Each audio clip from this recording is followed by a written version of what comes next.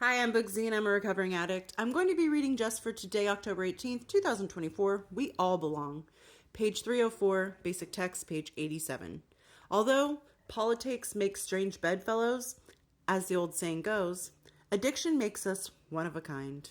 What a mixture of folks we have in Narcotics Anonymous. In any given meeting, on any given night, we'll find a variety of people that probably never would have sat down in a room together if it weren't for the disease of addiction. A member who is a physician described his unwillingness to identify at his first meeting by refusing to go into that room full of junkies. Another member with an extensive background in jails and institutions shared a similar story, except that their shock and surprise stemmed from the realization that there were nice people there wearing suits. Yet. These two friends recently celebrated their 7th wedding anniversary. The most unlikely people form friendships, sponsor each other, and do service work together. We meet in the rooms of recovery together, sharing the bonds of past suffering and hope for the future. We meet on mutual ground with our focus on the two things we all have in common: addiction and recovery. Just for today, no matter what my personal circumstances, I belong.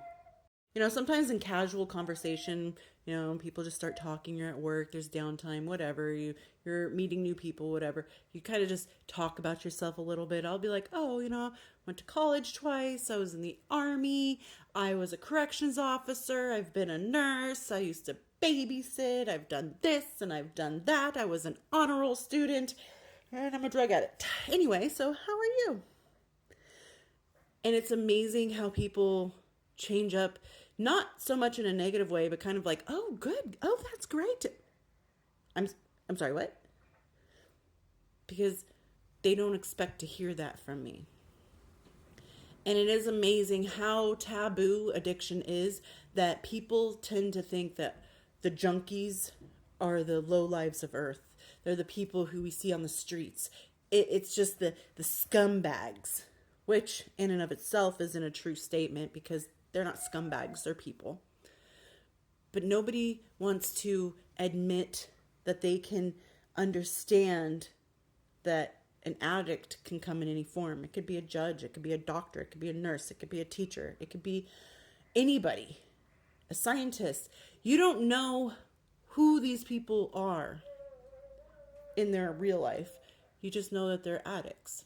But then when they tell you the accomplishments they made, you're like, no, that can't be true. Because if you're smart enough to go to college and get a degree, and you're smart enough to be a nurse, or you're smart enough to be a judge, like, obviously you're not stupid enough to get into addiction, because addiction does not discriminate. And it is interesting to go into a meeting where you see people from, like the literature suggested, you see people from walks of life that you would never otherwise sit with and hang out with and laugh with and talk with. And then it kind of gives you this new perspective on things, that when you judge someone by their looks, you can miss out on a good friendship. Because those people that you see in there that you would never associate with can end up being your strongest ally, your biggest safety net, your best friend. And if it wasn't for those rooms, you would have never met this person.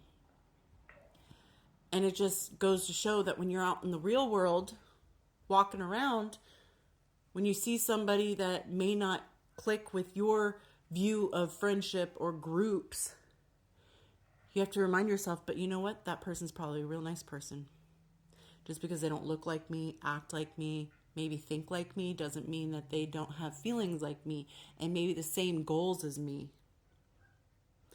So don't judge people just because of their background, whether they grew up in a shitty home or they grew up with a silver spoon. That person can be a really good person in your life. That person could help you get through the darkest times of your life. And it's when you least expect it, you're like, holy cow, you saved me.